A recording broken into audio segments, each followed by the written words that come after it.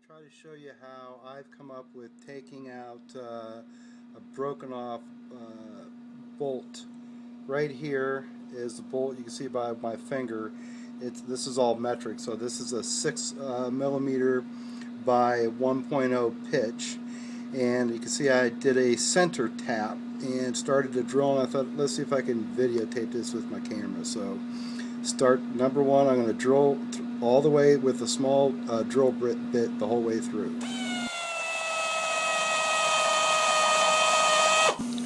As you can see, I've drilled the whole way through. This is a 5/16 bit, and so I'm just going to keep working up until I get.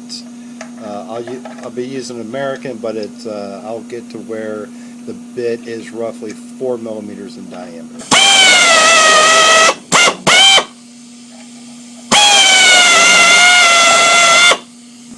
Okay, so you can see I've drilled the whole way through. This is a 1/8 bit. I know my hands are a little shaky. I'm just trying to hold a cell phone here, but okay. So we're just. Okay, the last bit I'm going to use roughly. I put the bowler gauge on it, and it's roughly 4 millimeters because I want to run a 5 millimeter tap through this.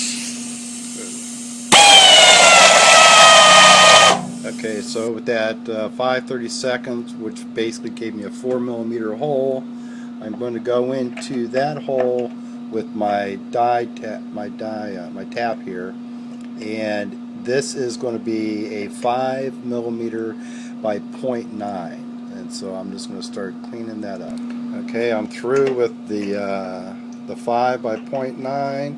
Remember, always put a little oil in there. You kind of turn back and forth as you're cutting the metal, and so now we got it up to a 5. Okay, I'm working the 6 in there, and I stopped because you can see the metal shavings coming out of there.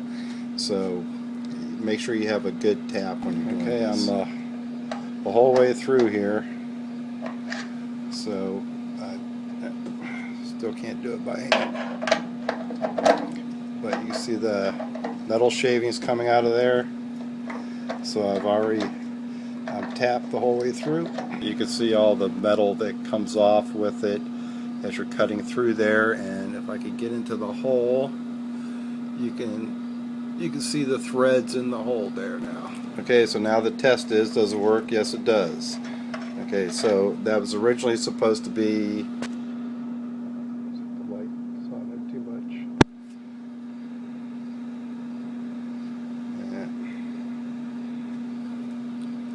Anyway, this is supposed to be a 6 millimeter by 1 pitch, and that's what we have. And it drills in, and yes, it will torque down, but they don't strip. So it'll hold nice and tight there.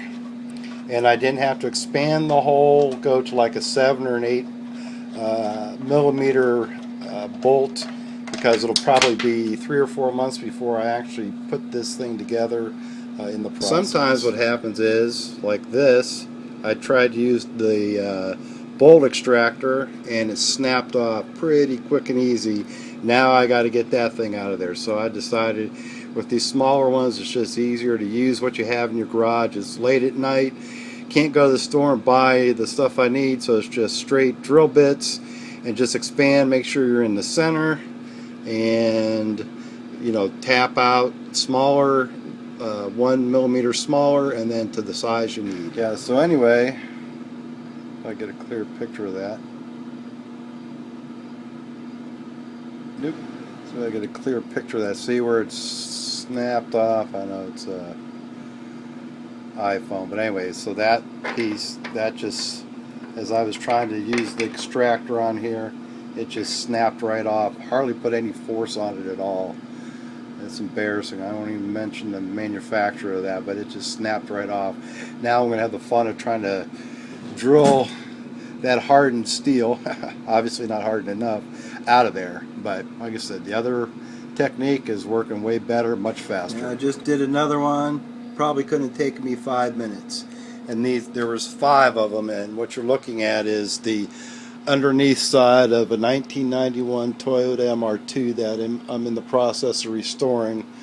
So it's a 22-year-old car. Now, would I do this for a 6mm bolt that's measured in inches and ounces? Yes. Now, if I broke off that, which is probably going to be 40 or 50 pounds of torque, probably not. Probably wouldn't risk my life to that one.